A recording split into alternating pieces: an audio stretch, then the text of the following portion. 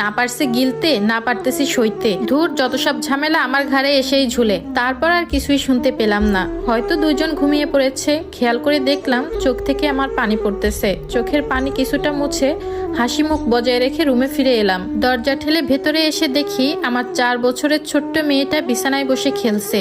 আমাকে দেখেই সে প্রশ্ন করলো, আম্মু আমরা কখন বাসায় যাব?